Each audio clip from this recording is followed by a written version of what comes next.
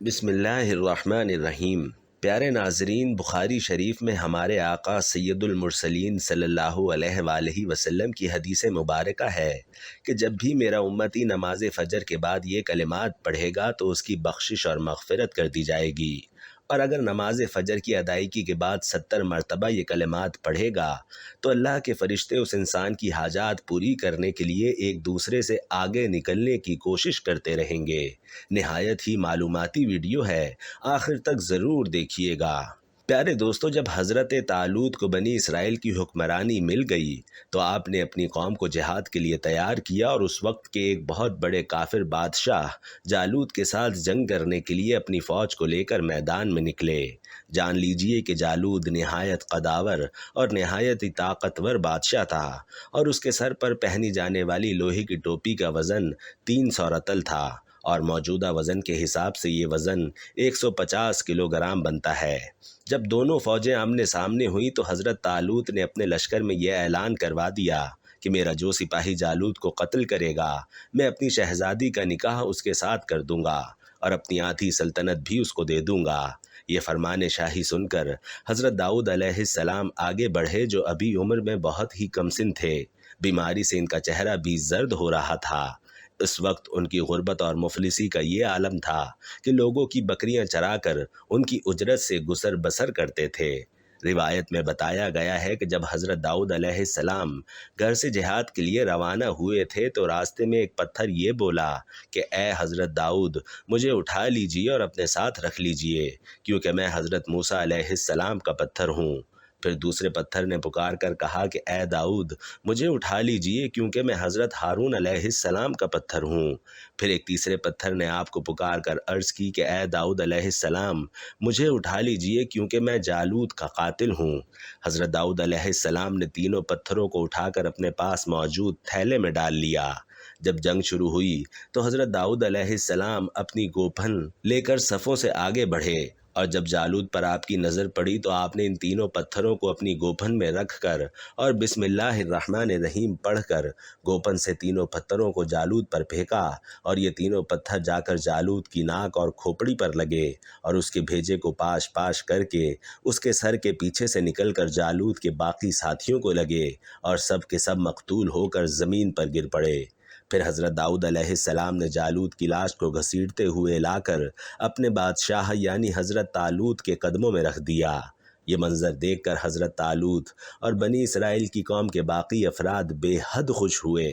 پیارے ناظرین، جالوت کے قتل ہو جانے کے سبب اس کا پورا لشکر ڈر کے مارے وہاں سے بھاگ نکلا، اور حضرت طالوت کو فتح مبین ہو گئی۔ اس فتح کے بعد اپنے اعلان کے مطابق حضرت طالوت نے اپنی ایک بیٹی کا نکاح حضرت داؤد علیہ السلام کے ساتھ کر دیا، اور ساتھ ہی ساتھ اپنی آدھی سلطنت بھی انہیں سونپ دی۔ اس کے بعد 40 برس کے بعد جب حضرت طالوت کا انتقال ہو گیا تو حضرت داؤد علیہ السلام پوری سلطنت کے بادشاہ اور حکمران ہو گئے۔ پیارے ناظرین، پھر جب اس دور کے نبی حضرت شموئیل علیہ السلام کی وفات ہو گئی تو اللہ سبحانہ و تعالی نے حضرت داؤد علیہ السلام کو نبوت سے بھی سرفراز فرما دیا۔ جان لیجئے کہ حضرت داؤد علیہ السلام سے پہلے یہ دونوں اعزازات اور عہدہ جات یعنی نبوت اور بادشاہت کسی بھی ایک انسان کو نہیں ملے تھے۔ آپ پہلے انسان تھے جو ان دونوں عہدوں پر سرفراز ہو کر 70 برس تک ان دونوں منصبوں کے فرائض کو پورا کرتے رہے۔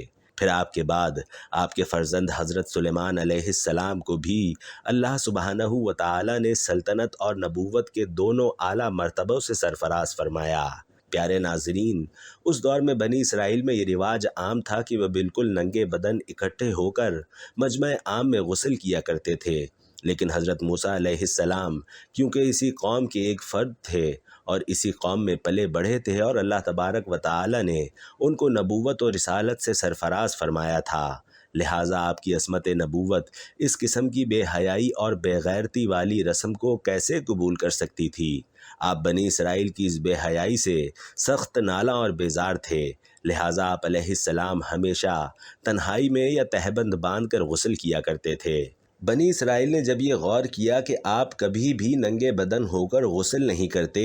تو ان کے چند شریر لوگوں نے آپ علیہ السلام پر تہمت لگا دی کہ آپ کے جسم کے اندرونی حصے میں یا تو برس کی بیماری کے سبب سفید داغ ہیں یا آپ کے جسم کے اندر کوئی خامی ہے جس کو چھپانے کے لیے آپ کبھی برہنہ نہیں ہوتے۔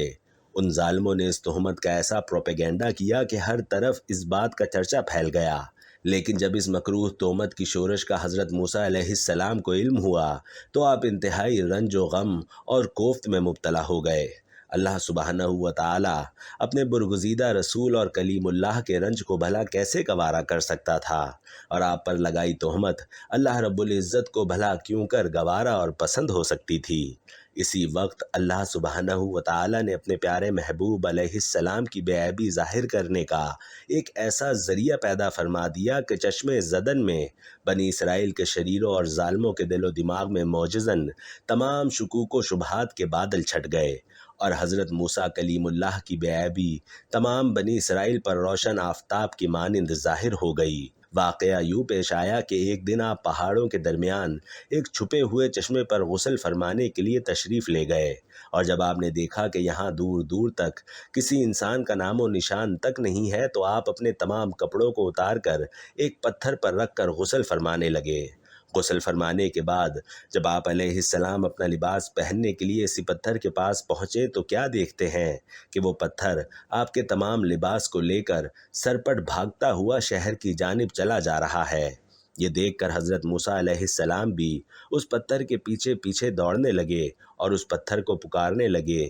کہ ثوبی حجر ثوبی حجر، یعنی اے پتھر میرا کپڑا، اے پتھر میرا کپڑا۔ لیکن وہ پتھر برابر بھاگتا رہا، یہاں تک کہ شہر کی بڑی بڑی شاہراہوں سے ہوتا ہوا گلی اور کوچوں میں پہنچ گیا، اور آپ بھی برہنہ بدن کی حالت میں برابر اس پتھر کے پیچھے دوڑتے چلے گئے۔ اور اسی طرح سے بنی اسرائیل کے ہر ایک فرد نے اپنی آنکھوں سے دیکھ لیا کہ حضرت موسیٰ علیہ السلام کے مبارک بدن میں کہیں بھی کوئی عیب موجود نہیں ہے، بلکہ آپ کے مقدس جسم اطہر کا ہر ایک حصہ حسن و جمال ایسے نقطۂ کمال پر پہنچا ہوا تھا کہ اس وقت کے عام انسانوں میں اس کی مثال نہ ملتی تھی۔ چنانچہ بنی اسرائیل کے ہر فرد کی زبان پر یہی جملہ تھا کہ خدا کی قسم موسیٰ بالکل بے عیب ہیں۔ جب یہ پتھر آپ کو پورے علاقے میں اپنے پیچھے پیچھے بھگا چکا تو خود بخود ایک مقام پر ٹھہر گیا۔ آپ نے جلدی سے اپنا لباس زیب تن کیا اور اس پتھر کو اٹھا کر اپنے جھولے میں رکھ لیا۔ پیارے ناظرین، میدان تہ میں اس پتھر پر حضرت موسیٰ علیہ السلام نے اپنا عصا مار دیا تھا تو اس میں سے 12 چشمے جاری ہو گئے تھے، جس کے پانی کو 40 دن تک بنی اسرائیل کے لوگ میدان تہ میں استعمال کرتے رہے تھے۔ پیارے ناظرین، قرآن کریم کی مبارک اور مقدس آیات کے منکر جو ہر چیز کو اپنی ناقص عقل کی عینک سے ہی دیکھتے ہیں اور اس پتھر سے پانی کے چشموں کے جاری ہونے کو محال قرار دیتے ہیں اور کہتے ہیں کہ ہماری عقل اس معجزے کو تسلیم نہیں کر سکتی کہ اتنے چھوٹے سے پتھر سے 12 چشمے جاری ہو گئے، حالانکہ یہ منکرین اپنی آنکھوں سے دیکھ رہے ہیں کہ بعض پتھروں میں اللہ سبحانہ و تعالی نے ایسی تاثیر پیدا فرما دی کہ وہ بال مونڈ دیتے ہیں، بعض پتھر سرکے کو تیز اور ترش بنا دیتے ہیں، بعض پتھروں کی خوبی ہے کہ وہ لوہے کو دور سے کھینچ لیتے ہیں، بعض پتھروں سے موذی جانور بھاگ جاتے ہیں، بعض پتھروں سے جانوروں کا زہر اتر جاتا ہے، بعض پتھر دل کی دھڑکن کے لیے تریاق ہیں، بعض پتھروں کو آگ نہ جلا سکتی ہے اور نہ گرم کر سکتی ہے، جبکہ بعض پتھروں سے آگ نکل پڑتی ہے اور آتش فشاں پڑ جاتا ہے۔ تو جب اللہ سبحانہ و تعالی نے پتھروں میں طرح طرح کی خوبیاں پیدا فرما دی ہیں تو کسی پتھر میں چشمے جاری ہونا کون سی محال بات ہے۔ لہٰذا حضرت موسیٰ علیہ السلام کے اس پتھر میں اللہ سبحانہ و تعالی نے یہ خاصیت پیدا فرما دی کہ وہ زمین کے اندر سے پانی کو جذب کر کے چشموں کی شکل میں باہر نکالتا رہے، یا ہو سکتا ہے کہ اس پتھر میں یہ تاثیر ہو کہ جو ہوا اس سے ٹکراتی ہو وہ پانی بن کر مسلسل بہتی رہے۔ اور جان لیجئے کہ اللہ سبحانہ و تعالی کی قدرت سے یہ امر نہ محال ہے اور نہ بعید ہے، لہٰذا قرآن پاک میں فرمائے گئے ایسے تمام معجزات پر ایمان لانا دین کی لازم شرط ہے اور ان کا انکار کفر ہے۔ پیارے ناظرین، حضرت ابو ہریرہ رضی اللہ تعالی عنہ فرماتے ہیں کہ اللہ کے حبیب سید الانبیاء و سید المرسلین جناب محمد صلی اللہ علیہ وآلہ وسلم نے ارشاد فرمایا کہ اللہ تعالیٰ اپنے ایک نیک بندے کا جنت میں ایک درجہ بلند فرماتا ہے تو بندہ عرض کرتا ہے کہ اے رب مجھے یہ درجہ کیسے ملا؟ تو اللہ رب العزت فرماتا ہے کہ یہ تیرے لڑکے کی تیرے لیے دعائے مغفرت کرنے کی وجہ سے ہے۔ پیارے دوستو، حدیث مبارکہ میں آیا ہے کہ جو شخص ہر روز فرض نماز کے بعد 3 دفعہ لا الہ الا اللہ کہے تو اللہ سبحانہ و تعالی اس کے گناہ بخش دے گا۔ جو شخص نماز فجر کے بعد 7 مرتبہ پڑھے تو اللہ سبحانہ و تعالی اس پر دوزخ کے 7 طبقے حرام کر دے گا، اور جو شخص 8 بار پڑھے تو اللہ تبارک و تعالی اس کے لیے بہشت کے 8 دروازے کھول دے گا، اور جو کوئی پہلا کلمہ 70 مرتبہ پڑھے تو اللہ تعالی اسے 70 بار نگاہ رحمت سے دیکھتا ہے، اور جو کوئی لا الہ الا اللہ 100 مرتبہ پڑھے تو اللہ سبحانہ و تعالی اسے اور اس کے والدین کو بخش دے گا، اور جو 1000 بار پڑھے گا تو اللہ تبارک و تعالی اس کو پل صراط کے 1000 عذابوں سے محفوظ رکھے گا، اور جو شخص 1,00,000 بار پڑھ کر میت کو اس کا ثواب بخشے گا تو اللہ سبحانہ و تعالی اس میت کے تمام گناہوں کو معاف فرما دے گا اور اس کی مغفرت کر دے گا، اگرچہ وہ مستحق عذاب ہی کیوں نہ ہو۔ ناظرین کرام، حضرت عباس رضی اللہ تعالی عنہ سے روایت ہے کہ فرشتے آسمان سے زمین پر روٹی اور گوشت لے کر دسترخوان پر حاضر ہوئے، اور بعض روایتوں میں یہ بھی آیا ہے کہ تلی ہوئی ایک بہت بڑی مچھلی تھی جس میں کانٹا نہیں تھا، اور اس میں سے روغن ٹپک رہا تھا، اور اس کے سر کے پاس نمک اور دم کے پاس سرکہ تھا، اور اس کے ارد گرد قسم قسم کی سبزیاں تھیں، اور 5 روٹیاں تھیں، ایک روٹی کے اوپر روغن زیتون، دوسری پر شہد، تیسری پر گھی، چوتھی پر پنیر، اور 5ویں پر گوشت کی بوٹیاں تھیں۔ دسترخوان کے سارے سامان کو دیکھ کر حضرت عیسیٰ علیہ السلام کے ایک حواری شمون نے کہا، جو تمام حواریوں کا سردار تھا، اے روح اللہ، کیا یہ دسترخوان اس دنیا کے کھانوں میں سے ہے یا آخرت کے کھانوں میں سے ہے؟ تو حضرت عیسیٰ علیہ السلام نے فرمایا، یہ دسترخوان نہ تو دنیا کے کھانوں میں سے ہے اور نہ ہی آخرت کے کھانوں میں سے ہے، بلکہ اللہ تبارک و تعالی نے تمہارے لیے اس سارے کھانے کو ابھی ابھی اپنی قدرت کاملہ سے ایجاد فرما کر بھیجا ہے۔ اس کے بعد عیسیٰ علیہ السلام نے اپنی قوم یعنی بنی اسرائیل کو حکم دیا کہ خوب پیٹ بھر کر کھاؤ، اور خبردار اس میں کسی طرح کی کوئی خیانت نہ کرنا، اور آنے والے کل کے لیے ذخیرہ بنا کر نہ رکھنا۔ لیکن بنی اسرائیل نے اس میں خیانت بھی کر ڈالی اور کل کے لیے ذخیرہ بنا کر بھی رکھ لیا، اور اس نافرمانی کی وجہ سے اللہ جل جلالہ کا ان پر یہ عذاب آیا کہ یہ لوگ جب رات کو سوئے تو اچھے خاصے تھے، لیکن جب صبح کو بیدار ہوئے تو مسخ ہو کر ان میں سے کچھ خنزیر اور کچھ بندر بن چکے تھے۔ پھر حضرت عیسیٰ علیہ السلام نے ان کی موت کے لیے دعا مانگی تو تیسرے روز یہ لوگ مر کر اس دنیا سے نیست و نابود ہو گئے، اور کسی کو یہ بھی معلوم نہ ہوا کہ ان کی لاشوں کو زمین نگل گئی یا آسمان کھا گیا۔ اور جان لیجئے کہ اللہ سبحانہ و تعالی نے اس عجیب اور عظیم الشان واقعے کا تذکرہ قرآن پاک کی سورۃ المائدہ میں فرمایا ہے۔ پیارے ناظرین، یہ بھی جان لیجئے کہ مائدہ دسترخوان کو کہتے ہیں، اور اسی واقعے کی وجہ سے اس سورۃ مبارکہ کا نام سورۃ المائدہ رکھا گیا ہے۔ ناظرین کرام، حضرت یوسف علیہ السلام کو جب ان کے بھائیوں نے کنویں کے اندر پھینک دیا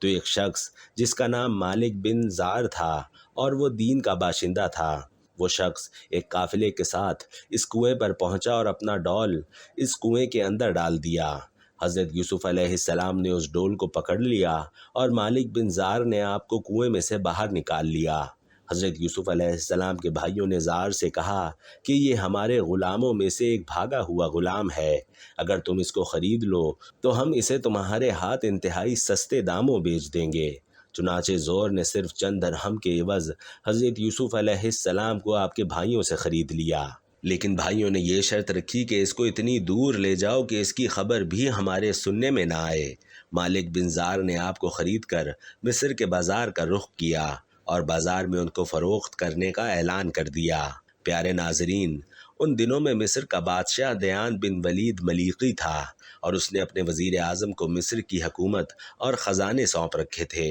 اور مصر کے لوگ اس کو عزیز مصر کے خطاب سے پکارتے تھے۔ پیارے ناظرین، جب عزیز مصر کو معلوم ہوا کہ مصر کے بازار میں ایک بہت ہی زیادہ خوبصورت غلام فروخت کے لیے لایا گیا ہے اور لوگ اس کو خریدنے کے لیے بڑی بڑی رقمیں لے کر بازار میں اکٹھے ہو گئے ہیں، تو عزیز مصر نے حضرت یوسف علیہ السلام کے وزن کے برابر سونا اور اتنی ہی چاندی اور اتنا ہی مشک اور اتنے ہی حریر قیمت دے کر انہیں خرید لیا۔ پھر اس نے یوسف علیہ السلام کو اپنے گھر لے جا کر اپنی بیوی زلیخا سے کہا کہ اس غلام کو نہایتی اعزاز اور اکرام کے ساتھ رکھو۔ پیارے ناظرین، اس وقت آپ علیہ السلام کی عمر مبارک 13 یا 17 برس تھی۔ زلیخا حضرت یوسف علیہ السلام کے حسن و جمال کو دیکھ کر آپ پر فریفتہ ہو گئی اور ایک روز خوب بند سنور کر محل کے تمام دروازوں کو بند کر دیا اور تنہائی میں حضرت یوسف علیہ السلام کو لبھانے لگی۔ حضرت یوسف علیہ السلام نے معاذ اللہ کہہ کر فرمایا کہ میں اپنے مالک عزیز مصر کے احسان کو فراموش کر کے ہرگز اس کے ساتھ کوئی خیانت نہیں کر سکتا۔ پھر جب زلیخا بذات خود آپ علیہ السلام کی جانب لب کی تو آپ علیہ السلام دوڑ پڑے اور زلیخا نے آپ کے پیچھے سے آپ کا پیراہن پکڑ لیا۔ وہ پیراہن اسی وقت پھٹ گیا جبکہ زلیخا آپ کے پیچھے دوڑتی ہوئی محل کے صدر دروازے تک پہنچ گئی۔ اتفاق سے ٹھیک اسی حالت میں عزیز مصر محل کے اندر داخل ہوا اور دونوں کو دوڑتے ہوئے اسی حالت میں دیکھ لیا تو زلیخا نے مکاری سے عزیز مصر سے کہا کہ اس غلام کی سزا یہ ہے کہ اس کو جیل خانہ بھیج دیا جائے یا کوئی دوسری سخت ترین سزا دی جائے، کیونکہ اس نے تمہاری بیوی کے ساتھ عمل بد کا ارادہ کیا تھا۔ حضرت یوسف علیہ السلام نے فرمایا کہ اے عزیز مصر، یہ صریحاً غلط بیانی سے کام لے رہی ہے، کیونکہ اس نے مجھے خود لبھایا اور جب میں اس سے دور بھاگا تو اس نے میرا پیچھا کیا۔ عزیز مصر ان دونوں کا بیان جان کر حیران رہ گیا اور حضرت یوسف علیہ السلام سے کہنے لگا کہ میں کیسے یقین کر لوں کہ جو کچھ تم بتا رہے ہو وہ سچ ہے؟ تو یوسف علیہ السلام نے فرمایا کہ 4 مہینے کا ایک لڑکا پالنے میں لیٹا ہوا ہے جو زلیخا کے ماموں کا بیٹا ہے، اس سے ہی دریافت کر لیجئے کہ واقعہ کیا ہے۔ تو عزیز مصر نے کہا کہ بھلا 4 ماہ کا لڑکا کیسے بول سکتا ہے اور کیسے گواہی دے سکتا ہے؟ تو حضرت یوسف علیہ السلام نے فرمایا کہ اللہ سبحانہ و تعالی ضرور اس کو میرے حق میں بولنے کی طاقت عطا کرے گا، کیونکہ میں بے قصور ہوں۔ پھر جب عزیز مصر نے اس بچے سے پوچھا تو اس بچے نے بآواز بلند فصیح زبان میں کہا کہ اگر یوسف کا کرتا آگے سے پھٹا ہوا ہے تو زلیخا سچی ہے اور وہ جھوٹے ہیں، لیکن اگر ان کا کرتا پیچھے سے پھٹا ہے تو زلیخا جھوٹی ہے۔ ناظرین کرام، 4 ماہ کے بچے کی زبان سے عزیز مصر نے جب یہ گواہی سنی اور دیکھا تو یوسف علیہ السلام کا کرتا پیچھے کی جانب سے پھٹا ہوا تھا۔ تو اس وقت عزیز مصر نے حضرت یوسف علیہ السلام کی بے گناہی کا اعلان کر دیا۔ بے شک اللہ تبارک و تعالی ہر چیز پر قدرت رکھنے والا ہے اور قرآن پاک میں اپنے معجزات یوں ہی کھول کھول کر بیان فرماتا ہے۔ بے شک یوسف علیہ السلام، موسیٰ اور عیسیٰ علیہ السلام کا خدا وہی ہے جس کی عبادت ہمارے پیارے رسول صلی اللہ علیہ وآلہ وسلم نے کرنے کا حکم دیا۔ وہی خدا ہے جو اپنے گناہگار بندوں کی بخشش اور مغفرت فرما دیتا ہے۔ کوئی انسان کتنا ہی گناہگار کیوں نہ ہو، جب وہ اپنے خالق حقیقی کے سامنے سجدہ ریز ہو جاتا ہے اور اسے معافی اور بخشش طلب کرتا ہے تو وہ رب رحمان ضرور اسے معاف فرما دیتا ہے۔ اللہ تبارک و تعالی سے چشم پر نم دعا ہے کہ ہمیں، ہمارے والدین اور ہماری اولادوں کے تمام صغیرہ کبیرہ گناہوں کو معاف فرما کر ان گناہوں کو نیکیوں میں تبدیل فرما دے، جیسا کہ اللہ اپنے نیک بندوں کے لیے فرماتا ہے۔ جن مسلمان کے والدین اس دنیا سے رخصت ہو چکے ہیں، اللہ ان کی قبروں کو جنت کے باغوں میں سے ایک باغ بنا دے، آمین یا رب العالمین۔ پیارے ناظرین، آخر میں درخواست ہے کہ میری آج کی اس معلوماتی ویڈیو کو لائک اور شیئر کر دیجئے اور ایسی دینی، معلوماتی اور اصلاحی ویڈیوز آپ کو ملتی رہیں، اس کے لیے میرا چینل بھی ضرور سبسکرائب کر دیجئے۔ جزاک اللہ۔